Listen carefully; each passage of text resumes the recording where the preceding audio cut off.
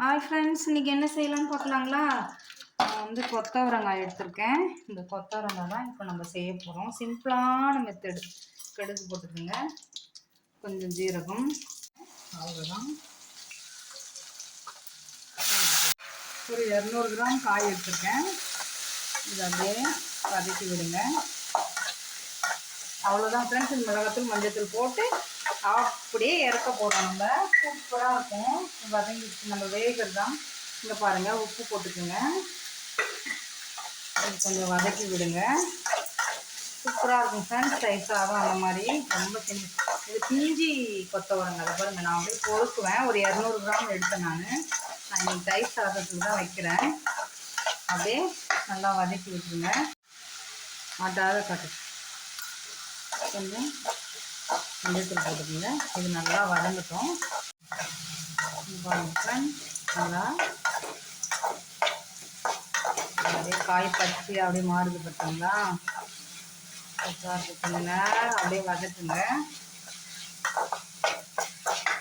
இஞ்சி காயாக எடுத்துக்கோங்க, அப்போ தான் நல்லாயிருக்கும். மிளகாத்தூள், குழம்பு மிளகாத்தூள் தான் போடுறேன். தேங்காய் வெங்காயம் எதுவுமே வேணாம் ஃப்ரெண்ட்ஸ். சூப்பராக இருக்கும்.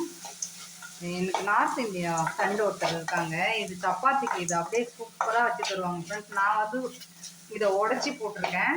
அவங்க வந்து உடச்சி கூட போட மாட்டாங்க. அவங்க பொறுக்கிறதே வந்து இவ்வளோ நீட்டு குட்டி குட்டியாக பொறுக்குவாங்க. பொறுக்கிட்டு அவங்க சப்பாத்திலாம் ஒரு 5 மினிட்ஸில் செஞ்சுருவாங்க. இதுதான் சைட் டிஷ்ஷு. செம்மையாக இருக்கும். இன்னும் கொஞ்சம் சாப்பிடலாம் போல் இருக்கும். இது அப்படியே நமக்கு இந்த தண்ணியெல்லாம் சுண்டிட்டோம். இங்கே பாருங்கள் ஃப்ரெண்ட்ஸ், அப்படியே நல்லா வெந்து வந்துருக்கு பார்த்தீங்களா? இது அப்படியே இன்னும் கொஞ்சம் இந்த தண்ணி எல்லாம் நமக்கு சுண்டி வரும்போது காய் நம்ம அப்படியே சாதத்தில் கூட பிணைஞ்சு சாப்பிடலாம். சூப்பராக தான் இருக்கும். சப்பாத்தி இது மாதிரி கூட இருக்கலாம். நான் இன்னைக்கு தயிர் சாதத்துக்கு தான் செய்கிறேன். இன்னும் கொஞ்சம் லைட்டாக தண்ணி சுண்டுட்டோம். ரொம்ப சிம்பிளான டிஷ் ஃப்ரெண்ட்ஸ். இது நல்லா உடம்புக்கு கொத்தவரங்காய் நல்லது இல்லைங்களா? முடிஞ்ச அளவு பிஞ்சாக பார்த்துக்குங்க. இது வேகட்டும். இங்கே பாருங்கள் ஃப்ரெண்ட்ஸ், எல்லாம் அப்படியே சுண்டி வந்துருச்சு. நான் இங்கே பாருங்கள் சாதம் எடுத்து வச்சுருக்கேன். தயிரும் தாளித்து வச்சுருக்கேன். காஞ்ச மிளகா, வரமிளகா போட்டு தாளிப்பாங்க இல்லைங்களா? அதுதான். அப்படியே இதில் பிணைஞ்சி சாப்பிட வேண்டியதுதான். இங்கே பாருங்கள், எல்லாமே சுண்டிடுச்சு. நமக்கு எதுவுமே இல்லை. ட்ரை பண்ணி பாருங்கள். ஈஸியான கொத்தவரங்காய் ஃப்ரை.